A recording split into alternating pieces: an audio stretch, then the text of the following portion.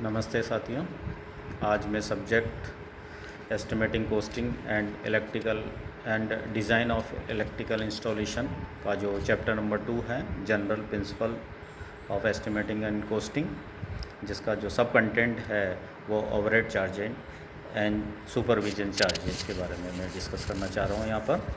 तो सबसे पहले ओवरहेड चार्जेस से क्या मीनिंग है। ओवरहेड चार्जेस को हम हिंदी में ऊपरी प्रभार भी बोलते हैं। तो ऊपरी प्रभार क्या है, इसके बारे में बताना चाह रहा हूँ। किसी भी कार्य में लगने वाले डायरेक्ट या प्रत्यक्ष सामग्री मूल्य तथा प्रत्यक्ष श्रमिक मूल्य जो है वो आपका लेबर कॉस्ट कहलाता है, के अतिरिक्त जितना भी खर्च कार्य अथवा संस्थापन अथवा प्रोजेक्ट अथवा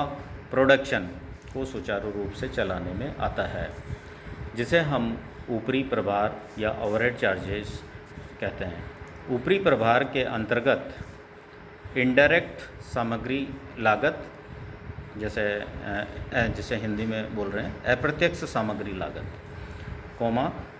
अप्रत्यक्ष सामग्री श्रमिक लागत तथा संस्थापन या प्रोजेक्ट या प्रोडक्शन इत्यादि के लिए ऑफिसेज में आने वाले खर्च, जैसे कि बिजली पानी का खर्च, कॉल ऑफ कोटेशन, मतलब किसी संस्थापन के लिए, किसी संस्था के लिए हम जो है कोई परचेज करते हैं मटेरियल, तो उसके पहले हमें कॉल ऑफ कोटेशन वाले प्रोसेस से गुजरना पड़ेगा, तो जिसको हम हिंदी में भाव निमंत्रण भी बोलते हैं, तथा टेंडर प्रक्रिया से भी, टेंडर प्रक्रिया का जो खर्चा, मतलब निविदा भी हम जो है उसके लिए आमंत्रित करते हैं, तो उसका भी जो खर्चा तथा साथ में उसका एडवर्टाइजमेंट, विज्ञापन एवं प्रभार खर्च तथा कर्मचारियों के वेतन, यात्रा एवं दैनिक भत्ते भी सम्मिलित होते हैं। उत्पादन संस्थापन तथा प्रोजेक्ट के में प्रयोग आने वाली मशीनें, उपकरण तथा औजार, टूल्स के मूल्य का डिप्रिसिएशन, मतलब घटाव, भवनों की मरम्मत, उसके रख रखाव इत्यादि पर लगने वाले खर्च भी इसमें सम्मिलित होते हैं। प्राय विभिन्न उत्पादन मंडल, विभिन्न राज्य विद्युत संस्थापन, मतलब जनरेशन प्लांट जो कह दीजिए, जहाँ जनरेशन प्लांट है, तो उसमें जो सामग्री लागत है और सामग्री लागत के योग पर तकरीबन 10 या 11% तक का ऊपरी प्रभार वसूल करते हैं। कहने का मतलब ओवरहेड चार्जेज, सपोज कोई प्रोजेक्ट आपने स्टार्ट किया, उसका सामग्री जो है आपने लिस्ट बना ली, बनाने के बाद जो टोटल खर्चा आया उसमें ओवरहेड चार्जेज 10% या 11% उसके अंदर जोड़ा जाता है। तो इस प्रभार को हम नियम अनुसार 3 श्रेणी के अंदर बांटा जा सकता है, क्लासिफाई किया जा सकता है। पहला जो है ओवरहेड चार्जेज ऑन फैक्ट्री और इंस्टॉलेशन, फैक्ट्री या संस्थापन पर ऊपरी प्रभार। इस प्रभार के अंतर्गत वह सभी प्रभार आते हैं जो कि फैक्ट्री या संस्थापन के प्रत्यक्ष लागत के अतिरिक्त होते हैं,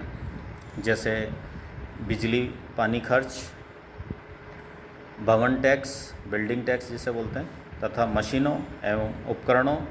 एवं भवन के मूल्य में डिप्रिसिएशन, घटाव इत्यादि। तो ये जो पहली श्रेणी कहलाती है, जिसे हम बोल रहे हैं ओवरहेड चार्जेज ऑन फैक्ट्री। दूसरा जो कैटेगरी के अंदर ऊपरी प्रभाव को हम बाइफरगेट किया, जिसे बोलते हैं एडमिनिस्ट्रेटिव ओवरहेड चार्जेज, जिसे हिंदी में बोलते हैं प्रशासनिक ऊपरी प्रभार। इस प्रशासनिक ऊपरी भार के अंतर्गत जो ऑफिसेस के अंदर जो ऑफिसर्स, कर्मचारी लोग या दफ्तर के फर्नीचर, उसका स्टेशनरी तथा बाहर से आने वाले जो रिप्रेजेंटेटिव है उनको चाय नाश्ता, जिसे हम जलपान, स्वागत एवं ठहरने इत्यादि पर आने वाले खर्च जो है वो आपका प्रशासनिक ऊपरी प्रभार के अंदर आता है। इसी तरह से जो तीसरा जो श्रेणी है वो है सेलिंग ओवरहेड चार्जेज, जिसे हिंदी में बोलते हैं विक्रय संबंधी ऊपरी प्रभार। इस प्रभार में प्रशासनिक प्रभार के अतिरिक्त मतलब जो एडमिनिस्ट्रेटिव जो ओवरहेड चार्जेज है, इसके अलावा वे सभी खर्च आते हैं जो उत्पादित सामग्री को कार्यस्थल पर पहुंचाने, मतलब जैसे सपोज कोई सामग्री की हमें रिक्वायरमेंट है, वो सामग्री जो है वो हम पर्टिकुलर एक डेस्टिनेशन जहां आप रिक्वायरमेंट है वहां तक पहुंचाने के लिए, डिस्ट्रीब्यूट करने के लिए या बाहर भेजने के लिए या बिक्री पर कमीशन देने, सामग्री का प्रचार करने, भाव नियंत्रण करने, ट्रांसपोर्ट का जो खर्चा आएगा वह, और सेल टैक्स अधिकारियों के वेतन पर खर्चे इत्यादि जो है ये सारे ये हम इस कैटेगरी नंबर 3 के अंदर लेते हैं, जिसे हम बोलते हैं विक्रय संबंधी ऊपरी प्रभार। तो हमने ये ओवरहेड चार्जेस को यहाँ पर 3 कैटेगरी में बांटा है। वो जो कैटेगरी जो बांटी है हमने बहुत ही अच्छी जो कैटेगरी के अंदर हमने इसको बताया है, जिसका जो लगभग इन तीनों को जो मिला के इसका ओवरहेड चार्जेज है टोटल कॉस्ट पर हम 10 या 11% या 10 से 11% तक वसूल करते हैं, जिसे हम ओवरहेड चार्जेज बोलते हैं। Thank you.